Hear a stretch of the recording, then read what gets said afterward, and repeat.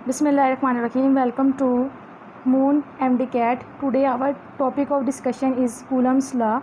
Let us discuss about Coulomb's law. Student, first of all आपको ये पता होना चाहिए कि Coulomb's law पेश किसने किया था. Coulomb's law चार्ल्स कूलम ने पेश किया था और ये एक मिलिट्री इंजीनियर था. ये आपको नज़र आ रहा है. 1784 में इसने ये लॉ पेश किया था. तो हम पढ़ते हैं इसने क्या लॉ पेश किया था. The force between the 2-point charges is directly proportional to the magnitude of the charges and inversely proportional to the scale of the distance between them.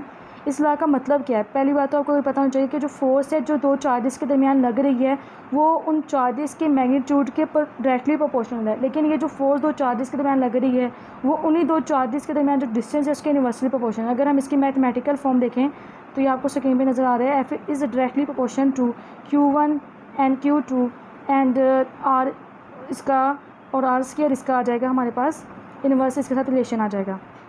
उसके बाद फिर आपको ये पता होना चाहिए ये जो आपने F is equal to K into Q1 Q2 over R square लिखा है हमने. बेसिकली ये K क्या है. K हमारे पास प्रोपोर्शनली कांस्टेंट है. इसको कूलम्स कांस्टेंट भी कहते हैं और जो इसकी वैल्यू है वो डिपेंड करती है उन दो चार्जेस के दरमियान जो मीडियम होते हैं. उन दो चार्जेस के दरमियान कोई मीडियम वैक्यूम भी हो सकता है. उन दो चार्जेस के दरमियान कोई मीडियम डाइलेक्ट्रिक मीडियम भी हो सकता है. डाइलेक्ट्रिक मीडियम से हमारी मुराद क्या है. डाइलेक्ट्रिक मीडियम से मुराद होता है कोई उसके अंदर उन दोनों चार्जेस के दरमियान कोई मेटल भी हो सकती है जो उन दोनों चार्जेस के दरमियान प्लेस करती हो. उन दोनों चार्जेस के दरमियान कोई फ्री स्पेस वैक्यूम इसके अलावा जो चीज़ें होंगी. इट्स मीन के मेटल है इंसुलेटर्स हैं आपके उन दो चार्जेस के दरमियान अगर प्लेस कर दिए जाएँ. हमें ये पता है कि अगर तो वो वैक्यूम होगा इस मीन के उन दो चार्जेस के दरमियान कोई फ्री स्पेस है कोई भी चीज़ नहीं है उन दोनों के दरमियान तो वो दोनों चार्जेस एक दूसरे पर मैक्सिमम फोर्स एक्सर्ट कर सकते हैं. और ऐसा ही होता है जब उनके दरमियान फ्री स्पेस होती है तो वो मैक्सिमम फोर्स एक दूसरे पे एक्सर्ट करते हैं. लेकिन जैसे ही हम किसी तरह का डाइलेक्ट्रिक मीडियम इंसुलेटर या कोई मेटल इंट्रोड्यूस करवा देते हैं तो जो हमारी काफ़ी हद तक जो फोर्स है दूसरे पे एक्सर्ट कर रहे होते हैं वो कम हो जाती है. अब हमने यहाँ पे लिखा भी हुआ है कि जो वैल्यू ऑफ K है वो डिपेंड अपॉन कर रही है उस मीडियम पे जो हमने उन दोनों चार्जेस के दरमियान इंट्रोड्यूस करवाया हुआ है. नेक्स्ट जो हमारा पॉइंट है वो है कि जो हम बार बार एक ही बार डिस्कस कर रहे हैं वो है कूलम फोर्स. सबसे ज़्यादा हमारा जो इस टॉपिक के साथ जो डीपली कॉन्सेप्ट है वो कूलम फोर्स का ही है. कूलम फोर्स क्या है. ये फोर्स ऑफ अट्रैक्शन होती है या रिपल्शन होती है बिटवीन द 2-point चार्जेस के दरमियान. स्टूडेंट्स ये देखिए मैंने अंडरलाइन भी किया हुआ है कि फोर्स ऑफ अट्रैक्शन है या रिपल्शन है. अट्रैक्शन और रिपल्शन से मुराद क्या है कि अगर तो दो अनलाइक चार्जेस हैं तो वो दूसरे को अट्रैक्ट करेंगे. अगर तो दो लाइक चार्जेस हैं तो वो दूसरे को रिपेल करेंगे. पूरी कायनात में दो तरह के चार्जेस हैं कि पॉजिटिव चार्जेस और एक negative charges. Positive charges protons पर होते हैं. नेगेटिव चार्जेस इलेक्ट्रॉन्स पर होते हैं. अगर तो दो इलेक्ट्रॉन्स हैं या दो प्रोटॉन्स हैं तो वो एक दूसरे को अट्रैक्ट नहीं करेंगे बल्कि रिपेल करेंगे क्योंकि उनके ऊपर सेम चार्ज होता है. और अगर तो हम एक इलेक्ट्रॉन एक प्रोटॉन एक नेगेटिव या पॉजिटिव चार्ज रहते हैं तो इट्स मीन कि दूसरे को अट्रैक्ट कर रहे होंगे. और ये जो कूलम फोर्स होती है ये हमेशा उस लाइन के अलोंग एक्ट करती है जो हमारे पास उस लाइन के अलोंग एक्ट करेगी जो हमारे पास उन दो चार्जेस को मिला रही होगी. ये जो हमारे पास कूलम फोर्स है ये एक म्यूचुअल फोर्स है जो कि उन दोनों चार्जेस के मैग्नीट्यूड के इक्वल होती है लेकिन ऑपोजिट इन डायरेक्शन होती है. इसका क्या मतलब है कि दोनों चार्जेस एक दूसरे के ऊपर जो फोर्स एक्सर्ट करेंगे वो मैग्नीट्यूड में तो इक्वल होगी लेकिन जो एक दूसरे पे वो फोर्स एक्सर्ट कर रहे होंगे वो डायरेक्शन में ऑपोजिट होगी. मतलब ऑपोजिट डायरेक्शन में दोनों चार्जेस एक दूसरे के ऊपर फोर्स एक्सर्ट कर रहे होंगे. अगर हम चूँकि हम NMD CAT पढ़ रहे हैं तो अब NMD CAT है PMC है तो इससे पहले UHS हुआ करता था तो उससे रिलेटेड कुछ MCQs हैं हमारे पास. यहाँ पे आता है कि अगर electrostatic force exist between a charge body and uncharge body the answer is no. और अब हम डिस्कस करते हैं कि इसकी रीज़न क्या है कि आंसर हमारे पास नो क्यों है इसका. तो स्टूडेंट्स इसका ये आंसर इसलिए है हम जानते हैं कि जो हमारे पास फोर्स है हमने क्या फॉर्मूला पढ़ा है F is equal to K into Q1 Q2 over R का स्क्वायर. वो उन चार्जेस के जो चार्जेस है यानी कि चार्ज बॉडी है कोई उनके मैग्नीट्यूड के डायरेक्टली प्रोपोर्शनल है. तो इसमें अनचार्ज बॉडी का तो कोई जिक्र ही नहीं है तो इसलिए इसका जो आंसर है वो नो है क्योंकि अनचार्ज बॉडी तो हमारे पास अनचार्ज बॉडीज अगर हैं भी तो उसके दरमियान कूलम फोर्स एग्जिस्ट नहीं करती है. तो इसका जो आंसर है वो नो है. दूसरा जो हमारा MCQs है वो है कि if an object transfer its charge to another object will its mass be affected. Students हम बात कर रहे हैं कि चार्ज ट्रांसफ़र हो रहा है. मैस ट्रांसफ़र चार्ज की और मैस का तो कोई रिलेशन ही नहीं है. मतलब अगर कोई भी मेटल है अगर उसके अंदर से हम कुछ इलेक्ट्रॉन्स को मतलब अगर हम जब बात करते हैं ना एक ऑब्जेक्ट से दूसरे ऑब्जेक्ट पे चार्ज ट्रांसफ़र हुए तो बेसिकली इलेक्ट्रॉन्स ट्रांसफ़र हो रहे हैं जो एक ऑब्जेक्ट से दूसरे ऑब्जेक्ट पे जा रहे होते हैं। अब हम यहाँ बात कर रहे हैं क्या कि उसका मैस इफेक्ट होता है कि नहीं इफेक्ट होता है। अब मैंने एग्जांपल देने लगी थी मेटल्स की। अगर हम मेटल्स के अंदर कोई भी मेटल का पीस है उसके अंदर से कुछ इलेक्ट्रॉन्स को एक्सट्रैक्ट कर लिया जाए तो उसके मैस के ऊपर कोई इफेक्ट नहीं पड़ेगा। आप जो इनिशियल मैस उसका कैलकुलेट करेंगे उसका फाइनल मैस भी वही होगा। इसकी एग्जांपल मैं ऐसे दूँगी, अगर कोई समुंदर है उसमें से आप चंद कतरे निकाल भी नहीं पानी के तो भी समुंदर के वेट पर कोई इफेक्ट नहीं पड़ता है। बिल्कुल वैसे ही है, चंद इलेक्ट्रॉन्स हमने निकाले हैं और एक मैटर में बेतहाशा इलेक्ट्रॉन्स होते हैं। दूसरा जो हमारा पॉइंट है वो कूलम्स लॉ से रिलेटेड है, वो है पॉइंट चार्जेस। हमारे पास स्टूडेंट्स पॉइंट चार्जेस क्या होते हैं? पॉइंट चार्जेस वो होते हैं जिनका जो साइज़ है वो बहुत कम हो और डिस्टेंस बहुत ज़्यादा हो। मतलब कि अगर हम कूलम्स लॉ को डिस्कस करने जा रहे हैं तो उसके लिए ज़रूरी है कि उन दोनों के दरमियान साइज़ बहुत कम हो उनका, और उनका जो उनका डिस्टेंस है उन दोनों चार्जेस के दरमियान बहुत ज़्यादा हो। इतना भी ना हो कि दोनों चार्जेस एक दूसरे पे जो फोर्स एक्सर्ट कर रहे हैं वो बिल्कुल ही ज़ीरो हो जाए। इसका मतलब आप समझ रहे होंगे कि हमने दोनों चार्जेस को एक दूसरे से बहुत ज़्यादा दूर दूर रख दिया है। दोनों एक दूसरे के ऊपर जो फोर्स एक्सर्ट कर रहे हैं वो हो ही ना। जैसे कि अगर मुझे कहा जाए कि अगर मैं किसी टेबल पर या डाइस पर या चेयर पर मुझे फोर्स एक्सर्ट करने के लिए कहा जाए तो उसके लिए ज़रूरी है कि मेरे इर्द गिर्द मेरी सराउंडिंग में वो चीज़ मौजूद हो। अगर वो चीज़ मौजूद ही नहीं है तो मैं फोर्स किस पर एक्सर्ट करूँगी? सेम एज इट इज़ इधर है। अगर तो एक चार्ज दूसरे चार्ज पर फोर्स एक्सर्ट करना चाहता है तो ज़रूरी है कि जो दूसरा चार्ज है वो उस पहले वाले चार्ज की इलेक्ट्रिक फील्ड के अंदर आए। तो इसलिए डिस्टेंस ज़्यादा हो लेकिन इतना ज़्यादा ना हो कि दोनों मतलब एक दूसरे पर एक्सर्ट कर ही ना सकें। इससे रिलेटेड हम एक एमसीक्यूज़ कर लेते हैं। जैसे हमारे पास एक एटम होता है, as we know that nucleus के अंदर प्रोटॉन्स हैं और जो इलेक्ट्रॉन्स हैं वो उस न्यूक्लियस के सराउंड में रिवॉल्व कर रहे होते हैं। तो इलेक्ट्रॉन और प्रोटॉन्स जो न्यूक्लियस के अंदर होते हैं उसके दरमियान इलेक्ट्रोस्टैटिक फोर्स ऑफ अट्रैक्शन होती है, लेकिन जो प्रोटॉन और प्रोटॉन जो न्यूक्लियस के अंदर होते हैं उनके दरमियान इलेक्ट्रोस्टैटिक फोर्स ऑफ रिपल्शन होती है। तो दूसरे को रिपेल कर रहे होते हैं वो। तो अगर तो उनके दरमियान, अब हम आगे जाके एक और पॉइंट भी डिस्कस करेंगे कि उन दोनों पॉइंट चार्जेस के दरमियान डिस्टेंस कितना होना चाहिए। अगर तो वो आर हमारे पास जो है distance between the two charges अगर तो 10⁻⁻15 मीटर से ज़्यादा है तो वो दूसरे पे फोर्स एक्सर्ट कर सकते हैं। अगर वो उससे कम है तो वो दोनों एक दूसरे पे फोर्स एक्सर्ट नहीं करते हैं। फॉर योर इन्फॉर्मेशन ये हमने एक बॉक्स बना लिया है, इसको हम डिस्कस कर लेते हैं कि कूलम्स फोर्स और ग्रेविटेशन फोर्स में क्या फ़र्क है, इसमें क्या डिफरेंशिएट है। एज वी नो दैट पूरी यूनिवर्स में दो तरह की फोर्स एक्सर्ट करते हैं, कूलम फोर्स है, ग्रेविटेशनल फोर्स है। तो जो कूलम फोर्स है और ग्रेविटेशनल फोर्स है इन दोनों के दरमियान सिमिलरिटी ये है कि ये इन्वर्स के लॉ को फॉलो करती हैं। हमने ये इसका ऊपर फार्मूला पढ़ा था, ये आप स्क्रीन पे दे सकते हैं, F=K×Q1Q2/R का स्क्वायर। तो जो ग्रेविटेशनल लॉ है F=G×M1M2/R का स्क्वायर। तो मतलब क्या है कि दोनों इन्वर्स के लॉ को फॉलो करती हैं। दूसरा जो हमारा पॉइंट है वो क्या है कि कूलम्स फोर्स हमेशा उस लाइन के एक फोर्स हमेशा उस लाइन के लोग अटैक करती है जो उन दो चार्जेस को मिला रही होती है। एक पॉइंट ये है। दूसरा पॉइंट आपको ये पता होना चाहिए कि जो कूलम फोर्स है वो एक लॉन्ग रेंज फोर्स है। थर्ड पॉइंट जो आपको पता होना ज़रूरी है वो कूलम फोर्स एक मीडियम डिपेंडेंट फोर्स है, जबकि जो ग्रेविटेशनल फोर्स है ये मीडियम डिपेंडेंट फोर्स नहीं है। हमारी यूनिवर्स में जितने भी ऑब्जेक्ट्स हैं स्टूडेंट, जितने भी ऑब्जेक्ट्स हैं हमारी यूनिवर्स उसको अट्रैक्ट करती है। बेशक एक पानी का कतरा ही क्यों ना हो, हमारी यूनिवर्स उसको अट्रैक्ट कर रही है तो वो मीडियम पर डिपेंड नहीं करती है।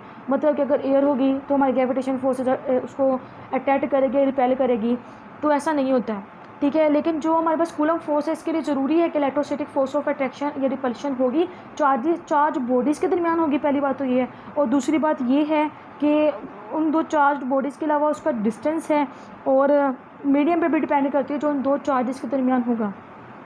स्टूडेंट्स जो हमारा नेक्स्ट पॉइंट है ये मैंने एरो हेड लगा के आपको शो किया हुआ है। कूलम फोर्स है ये मैंने आपको नज़र आ रहा होगा स्क्रीन पे। अट्रैक्शन और रिपल्शन को मैंने अंडरलाइन किया हुआ है। तो अट्रैक्शन और रिपल्शन का क्या मतलब है? बेसिकली दो चार्जेस के दरमियान अगर दो चार्जेस एक दूसरे को अट्रैक्ट करें, जैसे कि आपको स्क्रीन पे नज़र आ रहा है Q1 एंड Q2 इनके दरमियान जो फोर्स एक्सर्ट हो रही है कूलम फोर्स है बेसिकली वो, और वो F जो है वो दूसरे के ऊपर फोर्स एक्सर्ट कर रहे हैं Q1 Q2 पे और Q2 Q1 पर एक फोर्स एक्सर्ट कर रहा है, ठीक है। तो स्टूडेंट्स आगे नीचे मैंने इसकी वेक्टर फॉर्म लिखी है और आगे हम नेक्स्ट जो हमारा पॉइंट होगा मैं आपको इसकी वेक्टर फॉर्म भी बताऊंगी कि किसको इसकी जो वेक्टर फॉर्म है कूलम फोर्स की वो कैसे निकालते हैं। स्टूडेंट्स आपको स्क्रीन पे नज़र आ रहा है F के ऊपर एरो हेड है और लिखा हुआ है =K×Q1Q2/R², और R के ऊपर फिर एरो हेड है। स्टूडेंट्स के जो R के ऊपर एरो हेड है ये बेसिकली क्या शो कर रहा है? स्टूडेंट्स ये आपको पता होना चाहिए कि जो ये R के ऊपर ये आपके ऊपर R के ऊपर जो एरो हेड है ये शो कर रहा है कि ये इसकी ये डायरेक्शन है, ठीक है। स्टूडेंट्स अगर आप ये वाला जो ये नज़र आ रहा है आपको, इसी तरह जब अगर हम बात करें फोर्स ऑफ रिपल्शन की तो ये आपको नज़र आ रहा है कि फोर्स ऑफ रिपल्शन में हमारे पास ज़ाहिर बात है दोनों एक दूसरे को रिपेल कर रहे होंगे, और लाइक चार्जेस हैं ये भी आपको नज़र आ रहा है, Q1 है Q2 है, एक दूसरे को रिपेल कर रहे होंगे। अब याद रखिएगा ज़रूरी नहीं है कि जब दो चीज़ें एक दूसरे को अट्रैक्ट कर रही हैं तो दोनों एक दूसरे के ऊपर फोर्स एक्सर्ट करेंगे, जब रिपेल करेंगे तब भी वो एक दूसरे के ऊपर फोर्स एक्सर्ट कर रहे होंगे। अब इस केस में भी Q1 Q2 पे कोई ना कोई फोर्स एक्सर्ट कर रहा है, और जो Q2 है वो Q1 पर कोई ना कोई फोर्स एक्सर्ट कर रहा है, और ये आपको सामने स्क्रीन पर नज़र आ रहा है। स्टेटमेंट है F is equal to plus Q1 over Q2 over R square over R का ये जो आर हैट है ये क्या शो करिए, इसका यूनिट वेक्टर है। अब यहाँ पे जाने वाली बात क्या है, जो हमारा एमडी कैट का एमसीक्यूज भी है वो ये है कि जब अट्रैक्शन की फ़ोर्स हम जब बात करें कूलम फोर्स ऑफ अट्रैक्शन है, तो उसके लिए हमारे पास जो कूलम्स ने हमारे पास जो मैथमेटिकल फॉर्म दी थी उसके लिए हम नेगेटिव का साइन यूज़ करते हैं। लेकिन जब हम बात करते हैं दो चार्जेस एक दूसरे को रिपेल कर रहे हैं तो इसलिए जो हमें कूलम्स ने हमारे पास एक जो मैथमेटिकल फॉर्म दी थी उसके साथ स्टूडेंट्स आपको नज़र आ रहा है कि हम पॉजिटिव का साइन यूज़ कर रहे होते हैं। अब हम कुछ और टॉपिक कुछ इससे रिलेटेड एमसीक्यूज भी डिस्कस कर लेते हैं। सबसे पहले आपको स्क्रीन पे नजर आ रहा है vector form of Coulomb's law, कि कूलम्स लॉ की जो वेक्टर फॉर्म है वो कैसे होती है। स्टूडेंट्स आपको पता होना चाहिए कि ये हमने फर्स्ट ईयर में पढ़ा था कि हम एक वेक्टर को कैसे रिप्रेजेंट करते हैं। स्टूडेंट्स वेक्टर की एक डायरेक्शन होती है और एक मैग्नीट्यूड होता है। जो हमारे पास आर हैट होती है कि उसकी डायरेक्शन को शो कर रही होती है, और जो एफ होता है वो उसकी मैग्नीट्यूड को जाहिर कर रहा है। यहाँ पे आपको मैंने एक एफ कूलम फोर्स भी एक वेक्टर फॉर्म है, तो मैंने उसको वेक्टर फॉर्म में आपको लिख के दिखाया है। जैसे कि हम चाहते हैं अगर हम इसकी मैग्नीट्यूड को देखें तो वो क्या है Q1 Q2 ओवर आर का स्क्वायर, और जो आर हैट है वो एज इट इज़ नीचे आ जाएगा। अगर हम आर हैट को देखें तो स्टूडेंट मैंने जैसे कि ऊपर बताया आपको नज़र आ रहा होगा कि एफ मैंने पर एरो हेड है और एफ इस और आर पर हैट है। तो इसको मैंने अगर मैं इस हैट को इधर ही रहने दूँ, ये जो आपको नज़र आ रहा है, अगर मैं इस हैट को इधर ही रहने दूँ, ये वाली जो हैट है इधर ही रहने दूँ आर हैट को, और इसको एफ़ को उठा के इसके नीचे ले जाऊँ, तो हमारे पास बेसिकली आर हैट की वैल्यू आ जाएगी। जो हमारे पास आर हैट की वैल्यू आ जाएगी। थर्ड स्टेप में अगर आप आके देखें तो मैंने बिल्कुल ऐसे ही किया है, मैंने उठाकर आर हैट को साइड पे कर दिया है। अगर हम सपोज करें, ये तो मैंने फोर्स का बताया था, अगर हम आर को अगर हम कहें कि हमारा वेक्टर है तो अगर हम इसके अगर अप्लाई करना अगर इसका फॉर्मूला अप्लाई करें तो स्टूडेंट्स बिल्कुल ऐसे ही बनेगा कि R hat is equal to F के ऊपर एरो हेड ओवर एफ़ आ जाएगा। तो ये आपको फार्मूला नज़र आ रहा है स्क्रीन के ऊपर, ये जो हमने लिख दिया फार्मूला, ये फार्मूला है जो हमारे पास ड्राइव होकर आ जाएगा। स्टूडेंट्स फोर्थ स्टेप में आप देख रहे हैं कि F is equal to K into Q1 Q2 over R cube आ गया। तो क्यूब कैसे आया है, ये जो हमारा थर्ड स्टेप है। आर जो आर हमारे पास यूनिट वेक्टर था जिसको हमने लिखा है आर हेड को आगे, जो हमने इसकी मैथमेटिकल फॉर्म आगे से ड्राइव की थी, उसका जो नीचे से आर स्क्वायर है, ये जो आपको नज़र आ रहा है ये आर है, ये बेसिकली इसके साथ मल्टीप्लाई हो गया है, जो जिसकी वजह से हमारे पास जो आर क्यूब है वो हमारे पास नीचे आ गया है। ठीक है स्टूडेंट्स, ये आप लोगों ने याद रख लेना है। इसको हम रेस किए देते हैं ताकि आपको के लिए नोट्स भी तैयार हो जाएँ और आप लोग इसको पढ़ भी सकें। आप लोग ईज़िली इन नोट्स से स्टडी कर सकते हैं। स्टूडेंट्स आगे हमारे पास जो एमडी कैट का यूएचएस का एक पास्ट पेपर से एमसीक्यू आया हुआ है 2007 का है कि if the force between the two electron is F which are place at distance R then what will be the force between the two proton if distance between them is R. कहता है कि दो electron है उनके दरमियान जो force exert हो रही है वो है एफ है, और अगर दो प्रोटॉन्स आ जाएँ उनके दरमियान डिस्टेंस आर हो जाए तो उसके दरमियान फोर्स क्या होगी। स्टूडेंट्स अगर मैं आपसे एक बात कहूँ तो इधर आकर जो लोग जो जिसे घबराते हैं जिस चीज़ को देख के स्टूडेंट परेशान हो जाता है, वो होता है कि दो इलेक्ट्रॉन है दो प्रोटॉन है, दो इलेक्ट्रॉन्स हैं तो उनके दरमियान स्टूडेंट सोचते हैं कि जो फोर्स है वो भी कुछ और होगी, दो जो प्रोटॉन्स है उसके दरमियान जो फोर्स होगी वो कुछ और होगी, लेकिन ऐसा नहीं होता है। इन दोनों के दरमियान जो फोर्स है वो सेम होगी। अल्फ़ा ऑप्शन में आप देख सकते हैं कि एफ आ रहा है, बीटा ऑप्शन हम इसलिए इन स्टूडेंट के अगर माइंड लेवल को देखा जाए तो वो बीटा ऑप्शन को इसलिए करेक्ट समझता है। वो कहता है कि जो प्रोटॉन है उसका जो मास होता है वो इलेक्ट्रॉन से 1836 टाइम ग्रेटर होता है, इसी वजह से बीटा ऑप्शन राइट है। क्योंकि अब 1836 टाइम प्रोटॉन का मास इलेक्ट्रॉन से ग्रेटर है तो वो समझते हैं चार्ली ऑप्शन जो है 2F भी करेक्ट हो सकता है। ये तीनों की तीनों जो ऑप्शंस हैं beta Charlie and delta all of these are wrong, only alpha is the best option. और मैंने आपको इसकी रीज़न भी बता दिया है, क्योंकि दो इलेक्ट्रॉन से दूसरे पर जब फोर्स एक्सर्ट करेंगे वो भी वही होगी जो दो प्रोटॉन से दूसरे पर फोर्स एक्सर्ट करेंगे। क्योंकि मैं बार बार बता चुकी हूँ एक ही बात, वो ये कि F is equal to K into Q1 और Q2 ओवर आर का स्क्वायर। हम जब कह चुके हैं कि वो उन दो चार्जेस की मैग्नीट्यूड पे एक्सर्ट करती है ना कि इसके, और वो म्यूचुअल फोर्स है, हमने ये भी आपको पॉइंट बताया था।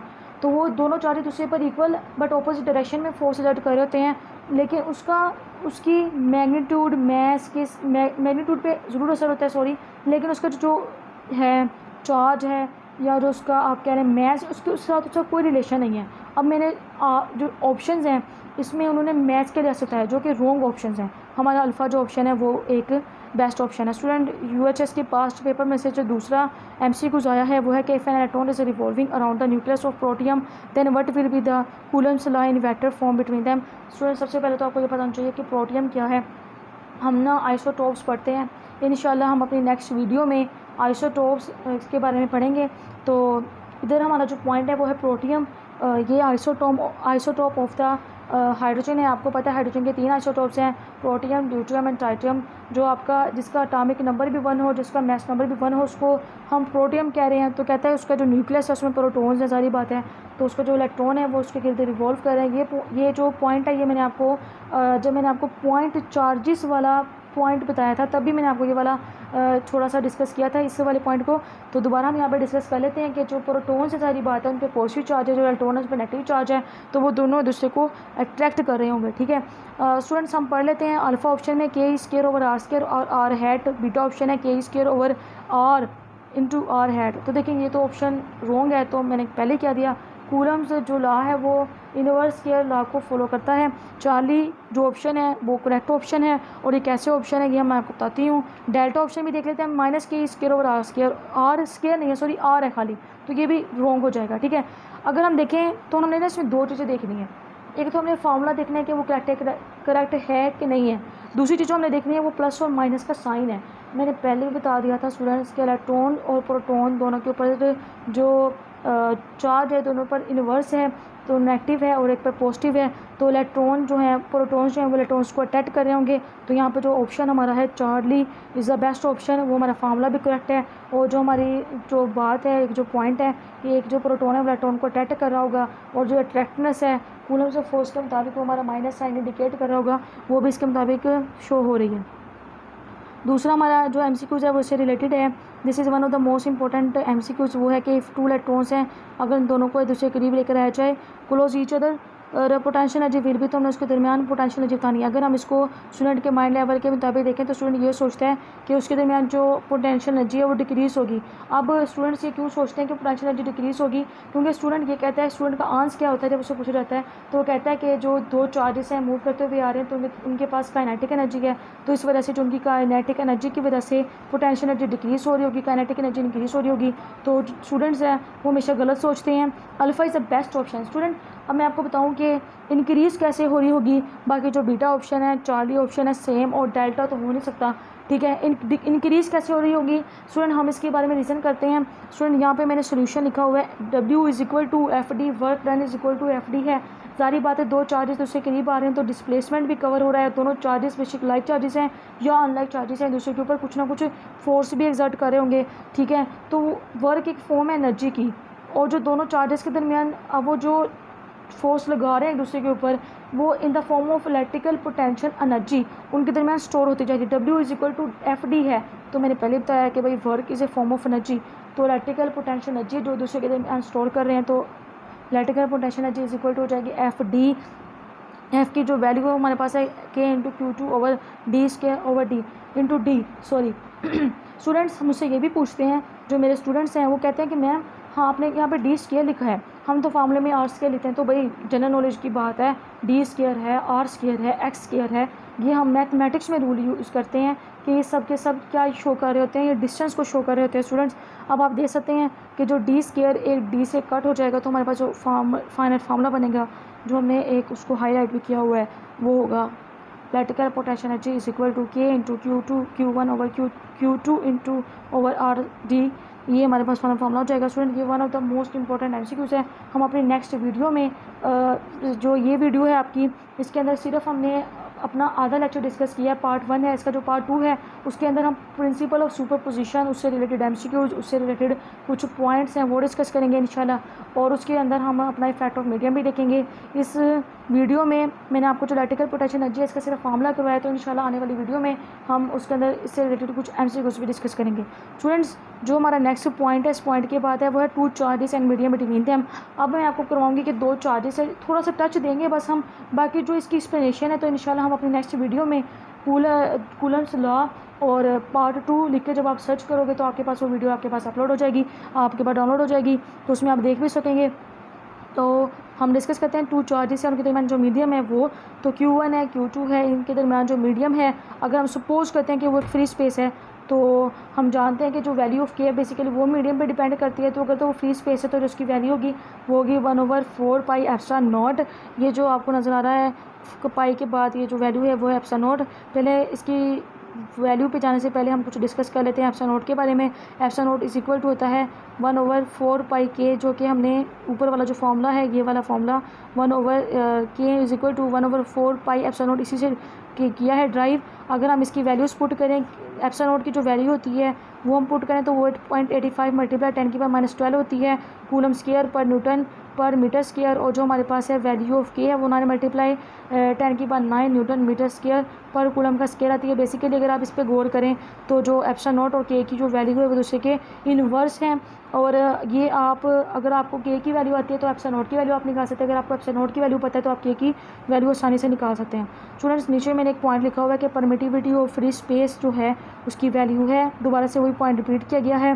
स्टूडेंट्स जो फोर्स है वो एफ इज़ इक्वल टू, अब देखें ना, फोर्स का फॉर्मूला होता है F is equal to K into Q1 Q2 over R का स्क्वायर। जो हमारे पास अब फॉर्मूला बनेगा जब हम उसके अंदर कह देंगे कि 2 चार्जेस हैं उनके दरमियान जो स्पेस है वो फ्री स्पेस है, जब हम उसका फॉर्मूला लगाएंगे तो F is equal to 1/4 pi epsilon naught Q1 Q2 over R का स्क्वायर बन जाएगा। स्टूडेंट्स अब मुझसे मेरे अक्सर स्टूडेंट्स ये भी सवाल करते हैं कि मैम परमिटिविटी किसे कहते हैं।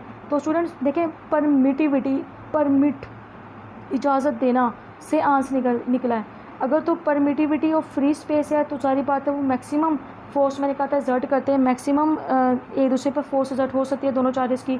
लेकिन अगर तो वो फ्री स्पेस नहीं है, कुछ देर में मेटल हमने इंट्रोड्यूस करवाया हुआ है, तो वो मेटल है उसकी वैल्यू जो है वो हमारी उसकी वैल्यू है, उसका इफ़ेक्ट कितना है जो 2 चार्जेस को एक दूसरे पर एग्जर्ट नहीं होने दे रहा, उसकी फोर्स उस पर डिपेंड करता है। ठीक है स्टूडेंट्स, मेरे इस पॉइंट का मतलब क्या है परमिटिविटी का, कहता है कि it is a factor which determines ability of a medium to allow electric force to pass through. इसको मैं आपको इजी वर्ड्स में समझाऊँ तो वो यूँ होगी कि जो परमिटिविटी है, अगर किसी कोई आपका जो कॉलेज है उसकी जो प्रिंसिपल है वो चाहे जितने मर्जी एक क्लास में, मतलब जितने मैक्सिमम नंबर ऑफ़ स्टूडेंट्स बैठ सकते हैं उनको बिठाएगा, जो बाकी स्टूडेंट्स होंगे उनके लिए या तो वो अलग क्लास बना दी जाएगी। ठीक है, तो इसी तरह बिल्कुल 2 चार्जेस हैं उनके दरमियान जो अगर मीडियम फ्री स्पेस है तो वो मैक्सिमम फोर्स को एक्सर्ट करेगा। अगर दो चार्जेस के दरमियान मीडियम फ्री स्पेस नहीं है, कोई डाइलेक्ट्रिक मीडियम हमने उसके दरमियान इंट्रोड्यूस करवाया हुआ है, तो वो उस पर डिपेंड करता है कि वो कितना अलो करेगा दोनों चार्जेस की इलेक्ट्रिक फोर्स को कि वो दूसरे पर एक्सर्ट हो सकें। ठीक है स्टूडेंट्स, अब हम अपने इस कूलम्स लॉ जो है, अब हमने जो टॉपिक डिस्कस किया है अभी फिलहाल परमिटिविटी, इससे रिलेटेड कुछ MCQs डिस्कस कर लेते हैं। स्टूडेंट्स हमारा UHS के पास पेपर में ये MCQs आ चुका है और मैं समझती हूँ कि अगर स्टूडेंट MD कैट का बहुत ज़्यादा डीपली स्टडी कर रहा है तो वो इन MCQs को ईजिली हैंडल कर सकता है, क्योंकि अक्सर स्टूडेंट्स इन MCQs को हैंडल नहीं कर पाते हैं। स्टूडेंट ये प्रैक्टिस के MCQs हैं जो आप लोग प्रैक्टिस करेंगे। आप मुख्तलिफ NMD कैट की जो बुक्स हैं वो सर्च करें, नेट पर आपको काफ़ी ज़्यादा मवाद मिल जाता है, तो आप वहाँ से सर्च करके बुक्स डाउनलोड करें, उनकी प्रैक्टिस करें। Practice makes a man perfect. अब जितनी ज़्यादा आप प्रैक्टिस करेंगे स्टूडेंट्स उतना ही आपके लिए अच्छा है। तो ये मैंने जो MCQs जितने भी मेरे लेक्चर में MCQs होंगे A to Z जितने भी मैंने अभी तक आपको MCQs करवा दिए या मैं आप करवाऊँगी आपको अपने इस वीडियो में, स्टूडेंट्स वो सारे के सारे UHS के पास पेपर्स में आ चुके हैं। मेरी आपसे पहले भी बात हो चुकी है कि PMC अब लॉन्च हुआ है, इससे पहले UHS जो था वो एंटी टेस्ट कंडक्ट करता था आपका। तो सारे जितने भी हमारे पास MCQs हैं वो UHS से रिलेटेड हैं। स्टूडेंट्स हमारा जो टॉपिक है कूलम्स लॉ, अब हम उसकी तरफ वापस आ जाते हैं। स्टूडेंट मैं आपको बता रही थी कि UHS का एक पेपर है पास पेपर 2008 का, उसमें एक MCQs आया हुआ है कि अगर distance between the 2 equal charge is reduce to half and the magnitude of the charges is also reduce to half, then the force between them will be alpha is remain same रहेगी, beta decrease to half, Charlie increase to double, delta becomes 4 times. तो students मैं आपको यहाँ पे ये बताना चाहूँगी alpha is the best option, और हमारे पास जो तीनों ऑप्शन जो हमने एक्सक्लूड कर दिए हैं ये राइट ऑप्शन क्यों नहीं है। देखें, जब मैं मतलब अपनी क्लास को पढ़ा रही होती हूँ तो अक्सर स्टूडेंट ये कोशिश करते हैं कि वो दिमाग में ही MCQs को सॉल्व करें, तो भाई ये एक रॉन्ग चीज़ होती है। आपके हाथ में पेंसिल है, वो पेंसिल किस लिए पकड़ाएगी ये आपको, ताकि आप सॉल्व करो पेपर के ऊपर, तो आप सॉल्व करके देखा करें। ये मेरी आपसे ख्वाहिश है, आपसे एक छोटी सी विश है, सॉरी रिक्वेस्ट है कि जब आप करें सॉल्व तो भाई कम से कम फिज़िक्स के MCQ ऐसे होते हैं जो आपको सोल्व करने पड़ते हैं, जितने मर्ज़ी ईजी MCQ हो, पहले आप उसको देखें, 1 मिनट के लिए दिमाग में सोचें और उसको जो आपको पेन या पेंसिल पकड़ाया गया आप उसे फ़ौरन उस MCQ को राइट करें और देखें मेरी क्या गलती है और क्या मतलब मैं उससे क्या निकाल सकता हूँ। पहले आप खुद करने की कोशिश करें, अगर तो आप आंसर तक पहुँच जाएँ तो वेल एंड गुड है, वरना फिर आपको पता है अक्सर स्टूडेंट्स बिस्मिल्लाह की उंगली यूज़ करते हैं और जो करेक्ट ऑप्शन होता है वो लगा कर आ जाते हैं। चलें हम अपने टॉपिक की तरफ दोबारा आते हैं। सॉल्यूशन मैं इस MCQ का बता दूँ आपको, F is equal to K into Q1/2 हो जाएगा, क्योंकि मैंने कहा ना कि दोनों चार्जेस का मैंने जो डिस्टेंस है वो मैंने हाफ़ कर दिया है और जो मेरे पास डिस्टेंस भी हाफ़ कर दिया है, उनकी जो मैग्नीट्यूड है मैंने वो भी हाफ़ कर दी है। तो ये आपको स्क्रीन पे नज़र आ रहा होगा बिल्कुल। Q1/2 हो जाएगा, Q2 भी ओवर 2 हो जाएगा। अब देखें ये एक जो स्टूडेंट मिस्टेक करते हैं वो हमारी ये है कि स्टूडेंट क्या करते हैं कि ये जो मैंने आपको R² लगाया है, यहाँ पे स्टूडेंट कहते हैं कि मतलब कि R² होता है तो मैंने R/2 इंटू का स्क्वायर लिया है, तो स्टूडेंट अक्सर जो हैं वो स्क्वायर इसका लेना भूल जाते हैं। तो भाई ये आपकी बहुत बड़ी मिस्टेक होती है जो आपका MCQ गलत कर सकती है, तो आपने इस MCQ से बचना है। तो F is equal to K into 4Q1 Q2 over R का स्क्वायर आ जाएगा। स्टूडेंट्स अगर हम अपने थर्ड स्टेप में देखें तो F is equal to K into Q1 Q2 over R का स्क्वायर आएगा, 4 से कैंसिल हो जाएगा। स्टूडेंट ये देखें, ये जो मैंने Q1 ओवर 2 लिखा था, इसी तरह मैंने लिखा था Q1 ओवर 2। ये देखिए ये वाला जो स्टेप है मेरा ये वाला, ठीक है। तो ये जो दोनों 2 हैं, 2 4 हो जाएगा और नीचे से ये जो 2 है जब हम इसका स्क्वायर लेंगे तो ये भी 4 हो जाएगा। तो ये नज़र आ रहा है आपको, ये वाला जो 4 है बेसिकली ये जो हमारा ये वाला जो इसका जो हमने मैग्नीट्यूड ले रहे थे वो है, और जो बाकी हमारा जो ये वाला जो 2 है ये हमारा ऊपर चला जाएगा। ये जो R के नीचे 2 है ये स्टूडेंट्स ऊपर चला जाएगा। ये देख भी सकते हैं कि ये बटे के ऊपर आ गया है। तो ये जो 4 है इस 4 से कैंसिल हो जाएगा और एज रिज़ल्ट हमारे पास क्या होगा कि कैंसिल हो गए हैं दोनों। जो हमारे पास जो फाइनल आंसर बचेगा स्टूडेंट्स वो ये होगा K into Q1 Q2 over R का स्क्वायर। ये हमारे पास हमारा आंसर होगा। स्टूडेंट्स हम अपने नेक्स्ट पॉइंट पे चलते हैं, distance between the point charges. Video जब मैंने स्टार्ट की थी मैंने तब भी आपको बता दिया था कि जो distance between the 2 point charges है वो स्टूडेंट्स R जो है वो ग्रेटर होना चाहिए 10⁻⁻15 मीटर से।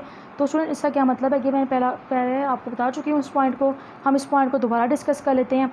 मैंने आपको कहा था कि एक जो न्यूक्लियस है उसके अंदर जो मौजूद प्रोटॉन्स हैं वो इलेक्ट्रॉन पर कोई ना कोई फोर्स एक्सर्ट करें, ठीक है।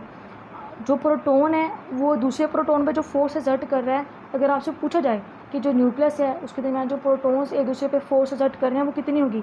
अगर मैं आपको ऑप्शन दूं, अल्फ़ा ऑप्शन है आपका एक दूसरे पे मैक्सिमम फोर्स एक्सर्ट कर रहे हैं, बीटा आपका ऑप्शन है कि कोई फोर्स एक्सर्ट नहीं करे 0, एंड चार्ली आपका ऑप्शन है वो है कि डिक्रीज़ हो रही है मतलब रिड्यूस है एक दूसरे पे क्योंकि रिपेल कर रहे हैं, और डेल्टा ऑप्शन है नन ऑफ दिस। तो जो स्टूडेंट बेस्ट ऑप्शन है वो है बीटा ऑप्शन, 0 फोर्स है। मैं आपसे पहले भी डिस्कस कर चुकी हूँ कि जो डिस्टेंस है वो 10⁻⁻15 से ग्रेटर होना चाहिए। अगर तो आपका डिस्टेंस इस डिस्टेंस से कम है तो स्टूडेंट किसी भी तरह की कोई भी फोर्स उन 2 चार्जेस पर एक्सर्ट नहीं होगी, ठीक है। अब 2 प्रोटॉन्स एक दूसरे पर कोई फोर्स एक्सर्ट नहीं करेंगे जब तक उनके दरमियान R जो है वो 10⁻⁻15 से ग्रेटर ना हो जाए। अब टाइटली पैक्ड होते हैं प्रोटॉन्स उस न्यूक्लियस के अंदर तो उनके दरमियान इतना डिस्टेंस नहीं होता है। अगर तो उनके दरमियान इतना डिस्टेंस है तो मैं मतलब कोई ना कोई अपनी पेशेंट को ही पेश कर सकती हूँ कि दरमियान इतना डिस्टेंस होगा, लेकिन जब मतलब इतने क्लोजली पैक हैं उनके दरमियान इतना डिस्टेंस है नहीं जो हमारी कंडीशन है, तो वो मतलब 0 जो है वही बेस्ट ऑप्शन बनता है। आगे हम डिस्कस कर लेते हैं। ये आपको डायग्राम नज़र आ रही है, 2 चार्जेस हैं Q1 एंड Q2, ये एक दूसरे पे कोई ना कोई फोर्स एक्सर्ट कर रहे होंगे। ये जो आपको स्टूडेंट्स एरो नज़र आ रहा है ये वाला जो एरो है, और इस वाली साइड पे भी एरो है और इस वाली साइड पे भी एरो है, ये शो कर रहा है कि जो फोर्स है दूसरे पे ये दोनों चार्जेस जो एक्सर्ट करेंगे वो हमेशा अलोंग द लाइन होगी और इन दोनों चार्जेस को मिला रही होगी। अब हम देख रहे हैं कि जो मैंने कहा था Q2 जो चार्ज है वो Q1 पे कोई ना कोई फोर्स एक्सर्ट करेगा और Q1 भी Q2 पे कोई ना कोई फोर्स एक्सर्ट करेगा। तो यहाँ पे जो हमें नज़र आ रहा है कि F12 ये बेसिकली वो फोर्स है जो Q1 पर लगी है Q2 की वजह से, और यहाँ पे जो आपको नज़र आ रही है F21 ये वो फोर्स है जो Q2 पे लगी है Q1 की वजह से। अब अगर हम देखें तो मैंने नीचे मैथमेटिकल फॉर्म लिखी है वो है F12 is equal to -F21 is equal to K into into Q two over R square. Students ये जो यहाँ पे मेरा जो माइनस का जो साइन है ये क्या इंडिकेट कर रहा है कि दोनों फोर्सेस इक्वल इन मैग्नीट्यूड तो हैं। ये जो मैंने यहाँ पर ये वाला फॉर्मूला लिखा है ये शो कर रहा है कि दोनों फोर्सेस इक्वल इन मैग्नीट्यूड है। लेकिन जो नेगेटिव साइन है वो क्या शो कर रहा है हमारे साथ कि अपोजिट डायरेक्शन में ये दूसरे के ऊपर फोर्स एक्सर्ट कर रहे हैं। स्टूडेंट्स फिर आपको ये बात पता होना चाहिए कि हमारे पास देखें, अब मैंने आपको इसकी वेक्टर फॉर्म भी लिखवाई थी, सारी बात है। आपने पढ़ा था कि अब F1 है तो जो उसकी वेक्टर फॉर्म होगी वो सारी बात है ये होगी जो आपको स्क्रीन पे नज़र आ रहा है, ठीक है। जो F2 है इसकी जो वेक्टर फॉर्म होगी वो ये वाली होगी, लेकिन equal in magnitude but opposite in direction है उस वाले फार्मूले के तहत जो आपका फार्मूला है, जो आपकी मैथमेटिकल फॉर्म है स्टूडेंट्स, वो ये बन जाएगी जो आपको स्क्रीन पे नज़र आ रहा है। R12 is equal to minus R2 का 1, R2 1, क्योंकि हमारे पास जो फोर्स है वो भी ऐसी ही है तो उसकी मैथमेटिकल फॉर्म है वेक्टर की फॉर्म में वो भी ऐसी हो जाएगी। ये नीचे मैंने कुछ आपकी इन्फॉर्मेशन के लिए पॉइंट्स लिख दिए हैं कि इक्वल इन मैग्नीट्यूड है बट ऑपोजिट डायरेक्शन है, ये हमारा डिस्कस हो गया। हाँ, दूसरा पॉइंट जो है एक्शन रिएक्शन पेयर फोर्सेज हैं। स्टूडेंट्स ये एक्शन एंड रिएक्शन फोर्सेज हैं, क्योंकि Q1 Q2 पे कोई फोर्स एक्सर्ट कर रहा है तो एज अ रिजल्ट उसके जवाब में Q2 भी Q1 पर कोई ना कोई फोर्स एक्सर्ट कर रहा है। देख लें ये तो फिर भी ऑब्जेक्ट्स हैं, चार्जेस हैं, ये भी एक दूसरे के ऊपर एक्शन और रिएक्शन रख रहे हैं। हम तो फिर भी इंसान हैं, जैसे हमारा होता है ना, अगर हम किसी के मुंह पे थप्पड़ मारें तो एज अ रिजल्ट दूसरा भी हमारे मुंह पे थप्पड़ मारता है। अब देख लें ये चार्जेस हैं, अब अगर Q1 Q2 पे कोई फोर्स लगा है तो Q2 भी कोई कम नहीं है Q1 से, वो भी Q1 पर कोई ना कोई फोर्स एक्सर्ट कर रहा है। स्टूडेंट्स अब तीसरा जो पॉइंट हमारे पास आपको स्क्रीन पे नजर आ रहा है कि do not act on the same body so do not cancel each other.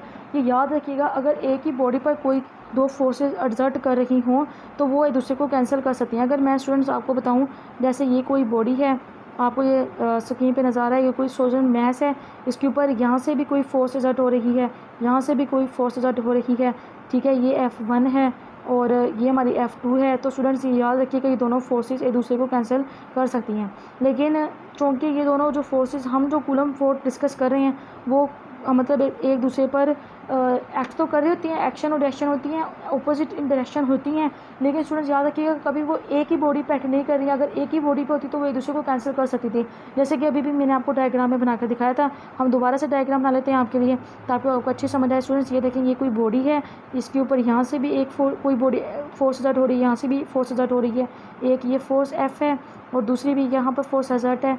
तो इस फोर्स का जो इफेक्ट है ये दोनों फोर्स एक दूसरे के इफेक्ट को कैंसिल कर देंगी।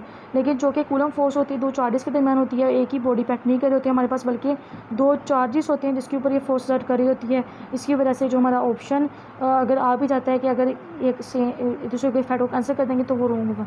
आगे हमारा UHS का पास पेपर इससे जो रिलेटेड है 2008 के पास पेपर में आया हुआ है कि दो चार्जेस है, 1 कूलम है और 5 कूलम है, सेपरेटेड बाय डिस्टेंस है 20 centimetre, the ratio of the electric force between acting on them will be.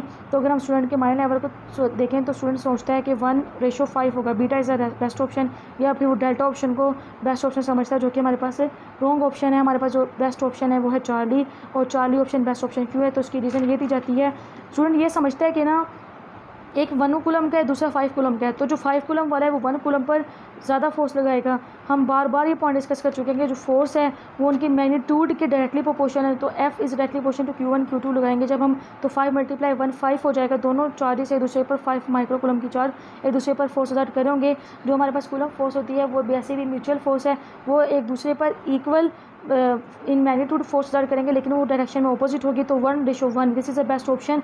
Why this is the best option? क्योंकि दोनों चार्जेस एक दूसरे पर इक्वल फोर्स एक्सर्ट करेंगे, जो कि 1:1।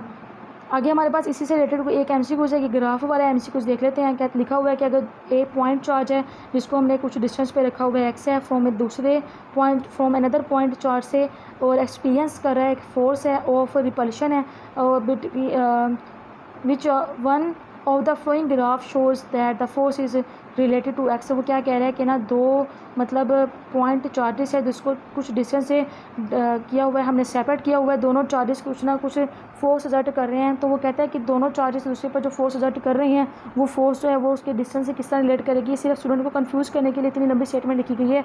इस स्टेटमेंट को अगर हम छोड़ गए तो वो क्या कहना चाह रहा है कि फोर्स का डिस्टेंस के साथ क्या ताल्लुक है। तो यहाँ पर मैंने दूसरे MCQ में आप देख रहे हैं यहाँ पे फॉर्मूला लिखा हुआ है F = K × Q1 Q2 over R²। पहले स्टेप में देखें तो इससे साफ साफ जाहिर हो रहा है कि एफ़ का जो रिलेशन है आर स्क्वायर के साथ वो इन्वर्स स्क्वायर है। ये देखें आप स्टूडेंट, नज़र आ रहा है आपको, इसके साथ इन्वर्स स्क्वायर है। तो जो ग्राफ हमारे पास ये रिलेशन को शो कर रहा है बेसिकली वही हमारा बेस्ट ऑप्शन है। तो अल्फ़ा ऑप्शन देखें तो वो है एफ़ इज़ तो ये हमारा, ये मैंने रॉन्ग कर दिया थोड़ा सा, ये हमारा अल्फ़ा ऑप्शन रॉन्ग नहीं है, ये हमने रॉन्ग ऑप्शन है, इस पर मैंने टिक किया हुआ है, हालांकि ये रॉन्ग है, ऐसा नहीं है। और अगर हम अपना बीटा ऑप्शन देखें तो वो क्या है कि एफ़ इज़ डायरेक्टली एफ़ और वाई के होंगे और जो 1/x के रहेंगे हमारे पास ऐसे एक्सिस के होंगे। बेसिकली ये हमारा बेस्ट ऑप्शन है, वो गलती से लग गया था, ये हमारा बेस्ट ऑप्शन है। और ये कैसे बेस्ट ऑप्शन है, क्योंकि हम जानते हैं कि जो हमारी फोर्स है, देखें स्टूडेंट्स यहाँ पे देखें, जो हमारी फोर्स है वो F is equal to K into Q1 Q2 over R का स्क्वायर है। तो इसलिए अल्फ़ा ऑप्शन नहीं बन सकता है हमारा जो बीटा ऑप्शन है वो राइट है। तो इसलिए आप इसको करेक्ट कर लीजिएगा। चार्ली ऑप्शन नहीं हो सकता है क्योंकि 1/x लिखा हुआ है, F का ताल्लुक x के साथ इन्वर्स स्क्वायर लॉ है, तो वो चार्ली भी नहीं हो सकता है। जो डेल्टा है ये तो बिल्कुल नहीं हो सकता है। स्टूडेंट्स तो आपका जो बेस्ट ऑप्शन है इसमें वो बीटा है। मैं बार बार कह रहा हूँ इसको आप राइट कर लीजिएगा, मैंने इस पर रॉन्ग लगाया हुआ है। Alpha is not best option, beta is a best choice. जो सेकंड हमारा UHS के पास पेपर में आया हुआ है MCQ है स्टूडेंट, वो है कि the coulomb force between the 2 point charges F if magnitude of each charge is double and distance between the charges is, अगर उसको हम करते हैं बिटवीन द हाफ कर दें तो फोर्स बिटवीन द क्या होगी, हमने डिस्टेंस को हाफ कर दिया, जो हमारे पास जो चार्जेस है उसकी मैग्नीट्यूड को डबल कर दिया। तो आप देख सकते हैं इसका मैंने सोल्यूशन लिखा हुआ है। पहले स्टेप में आप देख सकते हैं कि जो हमारा फार्मूला है वो लिखा है। दूसरे स्टेप में देखें मैंने दोनों चार्जेस का जो मैग्नीट्यूड है उसको डबल कर दिया है, और अगर उसका डिस्टेंस देखें तो मैंने उसको रिड्यूस हाफ कर दिया। बिल्कुल स्टेटमेंट के मुताबिक मैंने लिख दिया है। देखिए R/2 है, जब उसका स्केयर लेंगे तो क्या हो जाएगा R/4। ऊपर देखें तो 2Q1 इंटू 2Q2 है, अगर उसको मल्टीप्लाई किया तो क्या होगा 4Q1Q2। ये जो आपका बटे में जो नीचे वाला आपका R स्केयर है, देखिए स्टूडेंट्स ये वाला जब ये स्केयर आएगा तो आप इसको ऊपर ले जाएं, ठीक है, बिल्कुल वैसे ही जैसे मैं इसको ऊपर ले आई हूँ, और जो ये दोनों इनको जो मैंने मल्टीप्लाई किया है, जो मेरे पास आंसर है उसको मैं नीचे लाई हूँ, ठीक है। तो जो हमारे फाइनल आंसर होगा स्टूडेंट वो आपको नज़र आ रहा है, वो हो जाएगा 16Q1Q2 ओवर R का स्केयर। तो ये आपने याद रख लेना है। यहाँ तक हमारा आज का जो लेक्चर है वो ख़त्म हो जाता है। आपको पता है इसका, मैंने आपको पहले बता चुकी हूँ कि जिसका जो पार्ट 2 है कूलम्स लॉ का, जिसके अंदर हम कल जो हमारी वीडियो होगी उसमें हम डिस्कस करेंगे अबाउट द कूलम्स लॉ ही, लेकिन उसके अंदर डाइलेक्ट्रिक मीडियम का इफेक्ट होगा और साथ ही सुपर पोजिशन का हम रूल पढ़ेंगे।